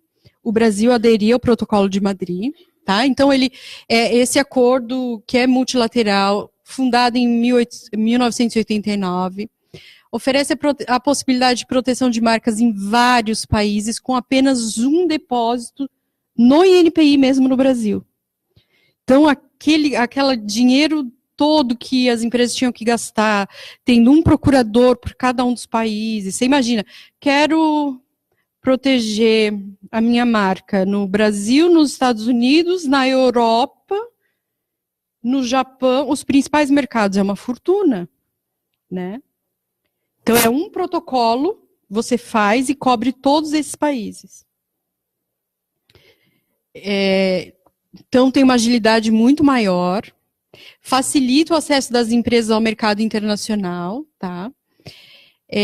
O protocolo hoje conta com 101 membros, entre eles os principais, tá? China, Coreia do Sul, Estados Unidos, o Reino Unido, a Rússia, toda a União Europeia, tá? Então, são 117 países no total, que representam 80% do comércio global. Então, o Brasil vai dar essa oportunidade das suas empresas, inclusive as suas startups, conseguirem exclusividade dos seus nomes, das suas logos, de uma forma bem fácil para 80% do comércio global. Tá? Então, isso é muito relevante e muito importante para as startups que estão começando e têm planos de internacionalização. Tá? Então, a expectativa é, em breve, chegar a 123 membros, cobrindo 139 nações, uma delas que deve entrar é o Brasil. Tá? E aí, o INPI, por que ainda não entrou o Protocolo de Madrid? O pessoal, não sei se percebeu, nas últimas semanas, o INPI vem fazendo algumas alterações no sistema de marcas. Não sei se vocês já repararam nisso. Quando vocês vão abrir o extrato de marca hoje no INPI, ele já tem uma carinha diferente. Campos diferentes. Tudo isso é preparação para o Protocolo de Madrid. Tá? Então, o negócio está avançado dentro do INPI. Então, o Brasil tem um atraso de análise de pedidos de marca no Brasil. Hoje está demorando mais ou menos 2 anos para sair um registro de marca, tá? E eles, então, querem diminuir esse tempo, porque senão eles não conseguem aderir ao Protocolo de Madrid. Aí aqui a estatística, né? No ano passado foram 56 mil pedidos de registro de marca via Protocolo de Madrid, tá? Os brasileiros registraram, no ano passado, 137 mil pedidos de marca no INPI, tá? Mas, por exemplo, nos Estados Unidos, os brasileiros só pediram 600 pedidos de marca. Por que isso? Será que os brasileiros não estão exportando para os Estados Unidos, principalmente as empresas de tecnologia? Eu acho que estão. A gente conhece, inclusive, aqui na CAT várias empresas, inclusive uma iniciativa da CAT de internacionalização. Por que os brasileiros não estão registrando as marcas deles, por exemplo, nos Estados Unidos? Porque é muito caro. E o Protocolo de Madrid vai acabar com isso. Tá? Então, é uma novidade muito legal que a gente tem que celebrar, que não é novidade ainda, é uma semi-novidade, porque ainda não entrou em vigor, tá? E aí, estou lançando hoje a hashtag INPI Queremos Protocolo de Madrid. Então, fiquem bem à vontade para ajudarem a pressionar o INPI para a gente colocar logo esse Protocolo de Madrid para funcionar, vai facilitar um monte para as nossas empresas, tá? Para quem tem, então, essa perspectiva de internacionalização, tem que ser para ontem o Protocolo de Madrid, tá?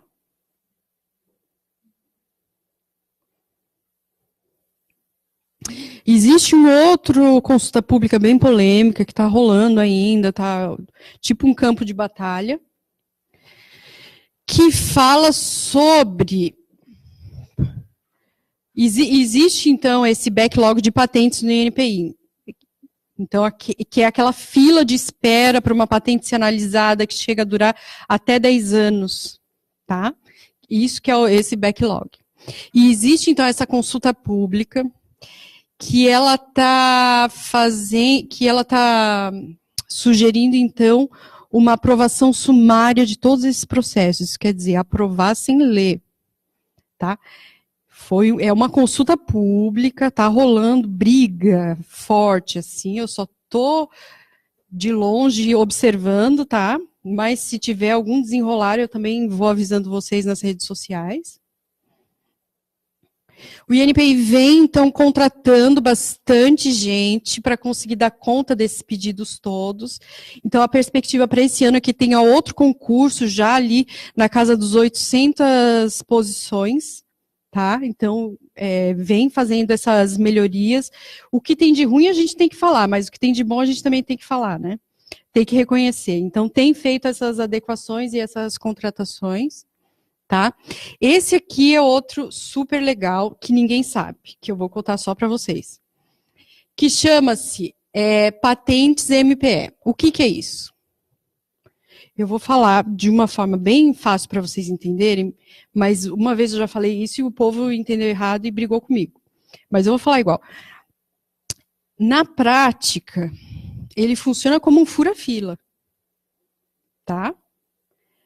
Institucional, do INPI, não sou eu que estou querendo furar fila de ninguém e levar vantagem em cima de ninguém, tá? É um fura-fila do INPI, tá? Como que funciona isso? Então, pode participar qualquer pedido de patente depositado por MEI, microempreendedor, empresa de pequeno porte, microempresa, empresa de pequeno porte, tá? E aí, o que ele promete? O que demora 10 anos, ele vai analisar em 10 meses. Então, para uma startup, isso, né, vale para as startups. Então, para uma startup, você vai fazer uma tecnologia lá, fez um negócio super bacana, inovador, você vai depositar a patente, ela vai demorar 10 anos para ser concedida. Serve para alguma coisa para vocês? Serve para nada. Em 10 anos, a tecnologia já mudou totalmente, né? Então, é isso. Esse projeto que é oficial do INPI serve para isso. Tá? Então, para acelerar o exame para as patentes de startups. Ele é super simples. Você não tem que nem pagar taxa para fazer parte dele. Tá? No primeiro ano, esse é o terceiro ano que o INPI abre isso daqui, tá? No primeiro ano, o INPI disponibilizou 300 vagas. Eu fiquei acompanhando bem de perto, que eu achei. Essas 300 vagas não vão dar nem para o cheiro, né? Foram 87 empresas que se inscreveram para acelerar o exame. No segundo ano, o INPI cortou pela metade as vagas, 150. Não preencheu nem metade. Esse ano, o INPI abriu 100 vagas para as startups terem seus pedidos de patente aprovados em 10 meses. Vamos ver quantas vagas foram preenchidas até hoje? Consegue ver? 18. E quando você vai falar com os empresários, com os empreendedores, mas por que você não faz uma patente, né? A primeira coisa que eles respondem, demora muito, não serve para mim. Não tem mais essa desculpa, né? Então, esse é um super programa que eu acho uma pena, que já é capaz até do INPI tirar ele, desativar esse programa por falta de uso, e que é uma oportunidade única, né, de você fazer a sua patente ser analisada mais rápido. Não precisa nem pagar taxa.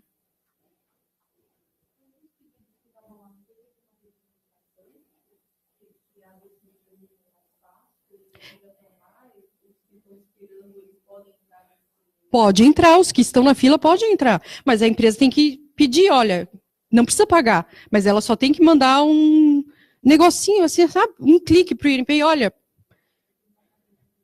tem essa patente, põe ela para furar a fila. Eles não fazem.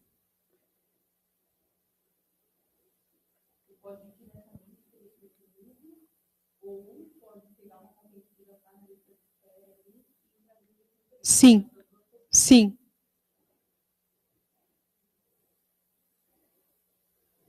Tá? Não tem só esse, tem outros mecanismos de aceleração, mas esse é específico para startups e não está sendo usado. Tá? Não está sendo usado. Então, para esse ano são 100 vagas, só 18 até agora. A gente já está praticamente no meio do ano.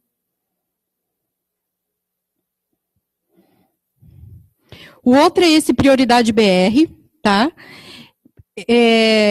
Também, 10 anos, de 10 anos cai para 10 meses a fila para análise de patente. Esse aqui é para empresas que vão exportar. Então, eu vou começar a exportar para os Estados Unidos, eu vou levar minha patente, então, para os Estados Unidos também.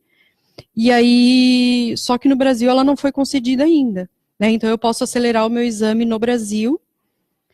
Então, priorizar exames de pedidos de patentes de famílias iniciadas no INPI. Então, iniciou a família, quando a gente chama de família de patente, né? Quando eu tenho a primeira no Brasil e aí eu vou para outros lugares do mundo, a gente chama de família de patente. Então, as famílias de patente iniciadas no Brasil, isso quer dizer, quero exclusividade Brasil, Estados Unidos e Canadá. Eu posso pedir a priorização no Brasil para cair para 10 meses o tempo de espera. Já vou mostrar.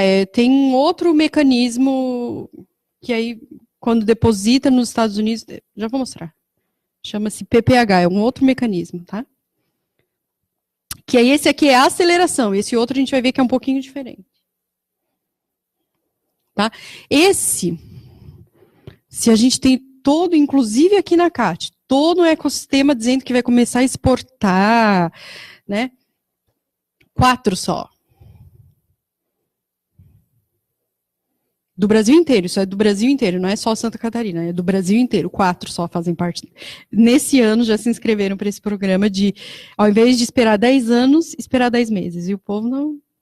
Mas é aquela questão que a gente já falou antes. Não existe a cultura, as pessoas não sabem, tá? As pessoas não sabem, não é que elas não querem participar, elas não sabem que existe essa facilidade. Esse aqui que é o tal do PPH, tá? Que aí o INPI tem esses acordos multilaterais com vários escritórios do mundo. Então, é um projeto no qual um pedido de patente cujo membro de uma mesma família tenha sido deferido num primeiro escritório é elegível para ser priorizado no escritório de segundo exame com um procedimento simples a pedido do requerente. Então, é isso que é o PPH, que é o que ela tinha perguntado. Eu tenho Estados Unidos e Brasil, mas a patente foi analisada primeiro nos Estados Unidos. Eu posso priorizar no Brasil? Posso, através desse mecanismo. Tá? E o Brasil tem esse acordo multilateral com vários países. Tá? Então, tem Estados Unidos, tem Mercosul, tem China, né? Japão, tem um monte, União Europeia, tem um monte de países, tá? E aí, quando a gente pergunta, por que que você não protege? Então, tem 2 questões principais que as pessoas alegam. A primeira é porque demora muito, a gente já viu que, né, não demora. Não precisa demorar. E a segunda é porque é caro. Tá? Então, por isso que eu quis trazer o pessoal da Locus Iuris aqui. E existe essa outra possibilidade que eu vou mostrar para vocês, que foi a forma como o Pedro, que não conseguiu estar aqui hoje com a gente, ele utilizou para fazer os registros todos deles, que chama-se Sebrae-Tech, tá? O pessoal da CAT aqui tem bastante contato com o pessoal do Sebrae-Tech. Então, ele tem... ele paga uma parte que pode variar de 70% a 80% no valor do serviço, tá? E a empresa paga só uma parte muito menor desses serviços, tá? Então, são uma série de serviços, não é só propriedade intelectual, tá? Mas inclui propriedade intelectual, tá? Então, eu sei porque eu já atendi via Sebrae-Tech, é muito simples. Para o prestador de serviço, funciona tranquilamente, tá? Para quem está contratando, também é tudo muito ágil, porque o pessoal do Sebrae, inclusive, fica em cima nos prazos, não pode atrasar 1 minuto. Então, ele funciona muito bem, tá? Ele funciona muito bem. Então, para quem acha que é demorado, a gente já viu, para quem acha que é caro, não precisa ser caro, porque existem opções, tá?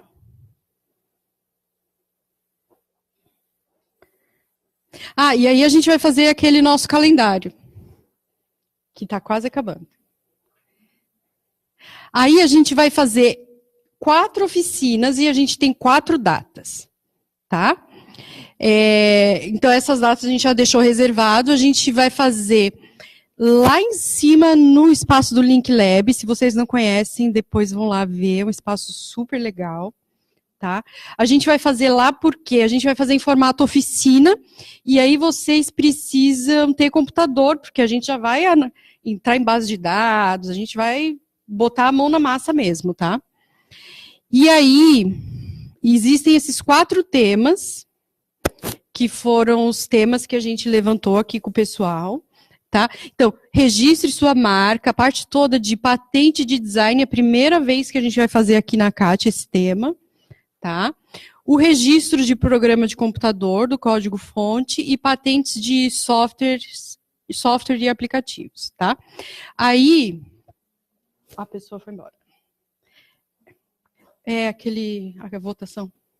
Aí, a gente vai botar a votação para vocês decidirem a ordem, tá? Então, vocês votem. Vamos ver.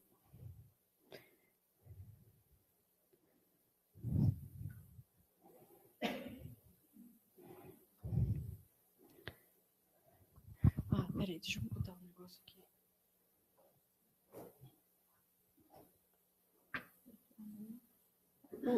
Pega ali.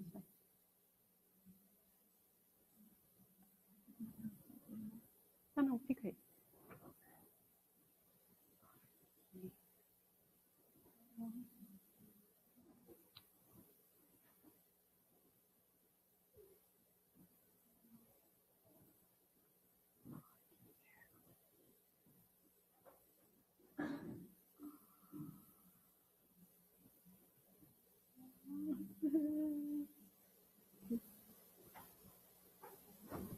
Aí, se vocês quiserem já captar, para a gente já fazer a votação agora, qual que vai ser o primeiro tema?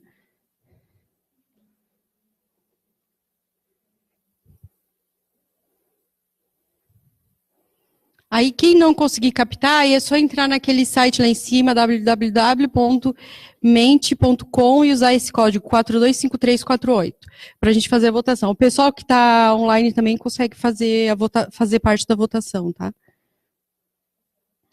E aí, vamos ver. Posso tirar o QR Code ali? Pode? Vai lá, present, lá em cima. Isso. Marcas bombando. Mentira, só uma pessoa votou, gente.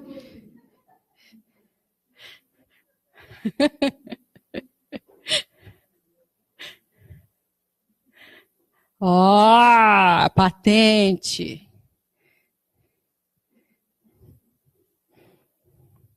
Eu achei que eu vendi tão bem o patente de design, achei que todo mundo ia querer esse.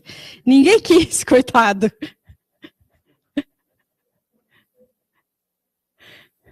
Melhorou um pouquinho, só porque eu reclamei, né?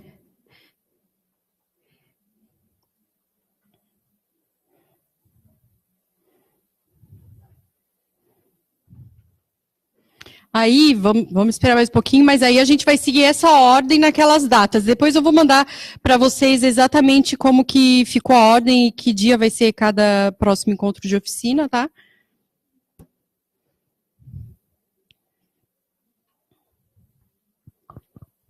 Acho que deu? Todo mundo foi? Então, teremos patentes de software, primeiro encontro. No mês 7, registro de marca, mês 8, patentes de design, mês 9, registro de programa de computador, mês 10. Depois eu mando para vocês as datas, os horários, tudo bem certinho no e-mail de vocês, tá? Pode voltar, pessoal.